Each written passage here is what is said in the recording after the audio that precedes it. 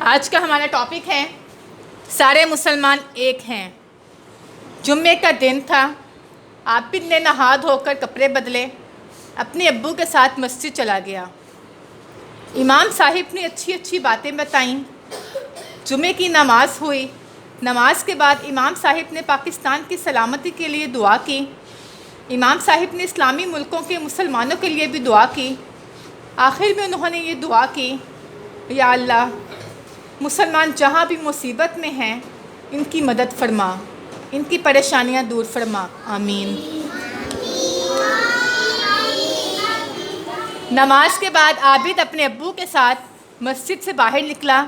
راستے میں اس نے اپنے ابو سے پوچھا، ابو کیا دوسرے ملکوں کے لوگ بھی مسلمان ہوتے ہیں؟ ہاں بیٹا، جو آدمی بھی یہ کہتا ہے کہ اللہ ایک ہے، وہ میرا مالک ہے، میں اس کا بندہ ہوں۔ حضرت محمد صلی اللہ علیہ وآلہ وسلم اللہ کے آخری رسول ہیں، وہ مسلمان ہیں، چاہے وہ کسی بھی ملک میں رہتا ہو، کوئی بھی زبان بولتا ہو۔ ابو، ہمارے امام صاحب نے دوسرے مسلمانوں کے لیے بھی دعا کی، کیا وہ خود اپنے لیے دعا نہیں کر سکتے؟ بیٹا، اللہ تعالیٰ نے فرمایا ہے کہ سب مسلمان آپس میں بھائی بھائی ہیں۔ پیارے نبی صلی اللہ علیہ وآلہ وسلم نے فرمایا کہ مسلمان ایک جسم کی طرح ہیں۔